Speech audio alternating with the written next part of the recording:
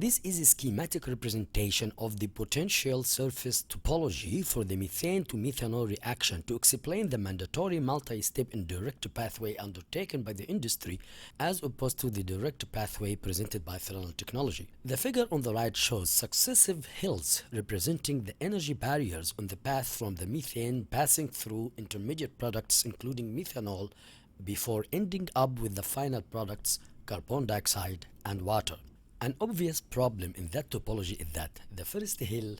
representing the first energy barrier to methanol formation, is the largest compared to all successive barriers, meaning if we put thermal energy into the system enough to push the reactants over the first energy barrier, that same energy input will subsequently push the reaction over all successive barriers till the end of the path. That topology should explain why the direct conversion of methane to methanol is considered as an impossible reaction. It is because it requires the provision of two opposing simultaneous thermal conditions, high and low, or hot and cold, at the same time, which is physically impossible.